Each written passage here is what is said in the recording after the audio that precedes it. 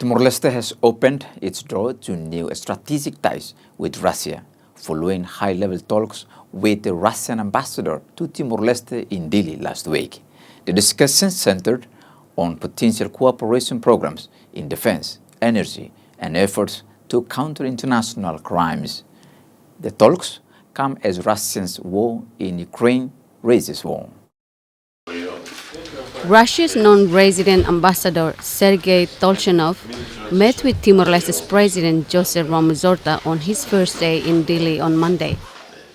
In the meeting, both discussed potential cooperation in education, defense and security, and fighting international crimes.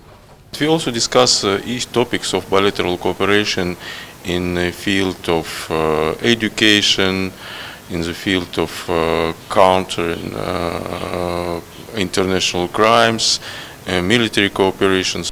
The next day, the Jakarta-based ambassador also met with Timor-Leste's Minister of Defense to further explore the military cooperation program. The basis for this cooperation is their solidarity for us in the past and now for national development, especially in the defense sector. We would like to promote cooperation in many fields, including military cooperation and military technical cooperation. We just discussed several topics about what areas of cooperations we can cover. In the press conference, both leaders spoke at length of the global turmoil and the importance of bilateral ties.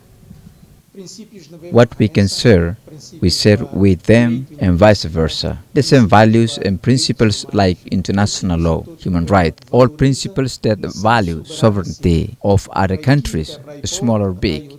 We all have equal rights. I believe that in this time when a geopolitical situation is very turbulent and there are a lot of problems, we should stay friends and we should promote our cooperation on the basis of independence, equality, self-determinance, and non-interference in internal relations. The defense minister and ambassador highlighted Timor-Leste and Russia's friendship, a bond stretching back decades. Russia has always been with us since 1975 until 1999 and to date. I'm very glad that since beginning of history of independent Timor-Leste, we have a very good ties. We supported Timor-Leste in difficult times and we continue to be friendly country of Timor-Leste. At the beginning of Indonesia's invasion of the then East Timor, Moscow had no interest in such a remote and small territory in the middle of nowhere, abandoned by Portugal. Russia established its diplomatic ties with Timor-Leste after it became independent in 2002 and has since had an amicable relationship. However, since Russia's invasion of Ukraine, Timor-Leste has been critical of its move. 4 weeks ago, President Ramos-Horta himself spoke of the open war in the world and the loss of human rights protection at the United Nations Human Rights Council. Human rights do not exist in a vacuum.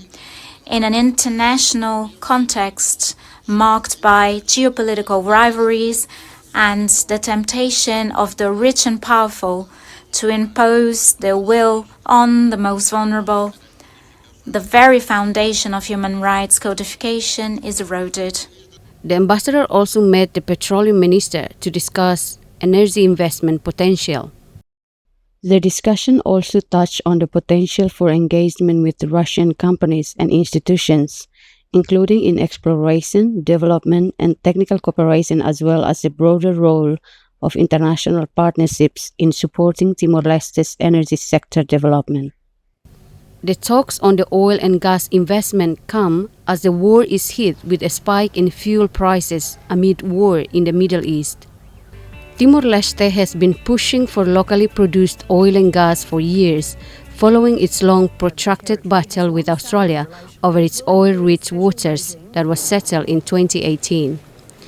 The young country has spent $670 million in basic facilities for its future oil and gas industry. forging strategic ties amid global crisis. Fernanda Maria, RTTL World News.